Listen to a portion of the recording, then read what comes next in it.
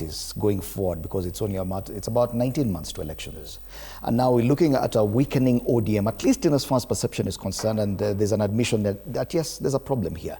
But on the other hand, you look at UDA, which has also conducted grassroots elections, and it would appear that UDA is growing in strength.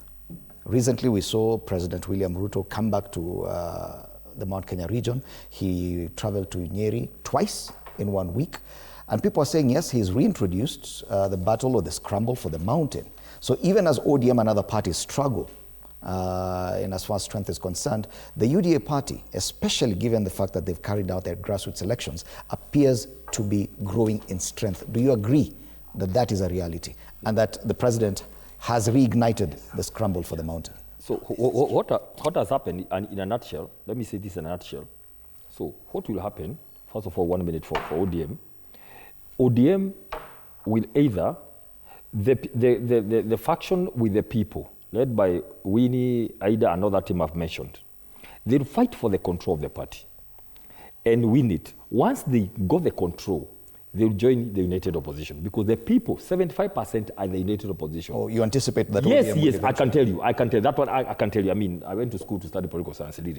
Secondly, if they don't, for some reason, because the state is involved, they can manipulate and all that, the state will go with the shell called ODM. The people will go to another party. Let me tell you today, the 9 out of 11 MPs voted on ODM in Kakamega County will not defend on ODM if it is captured by the state. If it is owned and the Sifuna team manages to get ODM, then the party will continue. But I can tell you this, if the people perceive that the President Ruto is so keen on steering the ODM, they will go to another party. Right. I can tell you, Mheshimiwa here, of course he cannot speak here because, you know, it's too early, and of course the people in the broad base, they are being watched every day, their phones are being tapped, you know, they know who are you talking to. So true. I can tell you, Mheshimiwa here will not defend on ODM, seated here. Come August, they'll begin looking for another party. Of course, we had hoped Matiang'i would go there and try to get the people there and go to the grassroots, but he's hanging somewhere through Jubilee. Now, the other issue is going to UDA. Fred, mark my words, today seated here. And let me talk, for example, on the issue of the many parts of Mount Kenya. UDA died long time ago. Oh, no. Actually, let me tell you this. Everybody to be elected were given 2,000 shillings. The 20 people you're talking about. It was cash. You know, people, I mean, we are here, we have phone calls. These are people that we pushed into government, we found in UDA. Yet we saw the actions by the president even prompt you to go for a meeting in Mombasa just at the weekend. Are you saying that whatever UDA has done over the past few weeks in Mount Kenya region has not moved you in any way? Can I tell you, the plan was long time ago that after the holidays, people would meet in Mombasa to plan for the year. So I'll tell you this. President Ruto used to come to Mount Kenya, being weighted from 10 up to 5. Love, pure love. No single shilling was being used to mobilize. No single shilling was used for President Ruto to be elected in Mount Kenya. Whatever he does today, anywhere you see 100 people, they have been paid handsomely. So he's trying to buy loyalty, which is not possible. Let me tell you something. For every person out of the 20, they were paid 2,000 shillings. We know because he used to call us.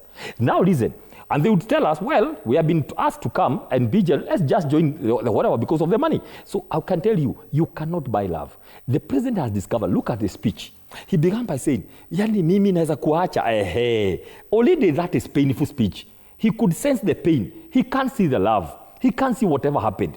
Because I can tell you, Mount Kenya people don't go for Madamano. And you never see what they're thinking. They make a decision, they wait for the election day. Mark my words. Right. Nobody is shaking about UDA. We are seated with you here. We have about in Mount Kenya region about 10, 11 governors, senators, women reps, MPs, and all that. 95% will be on DCP. That one I can tell you today. UDA is not anywhere. You are not going to see anywhere UDA in the markings. And of course, maybe Rift Valley. Well, maybe Rift Valley, you are going to have a few governors there, a few senators there. But in terms of the numbers, we are not going. UDA is just trying to resurrect itself. I want to give each one of you an opportunity to comment on this issue, Bwana Manduku, because we've seen even not just in the mountain, and you'll comment on that as well, that even in Western Kenya region, where ODM had a strong grounding,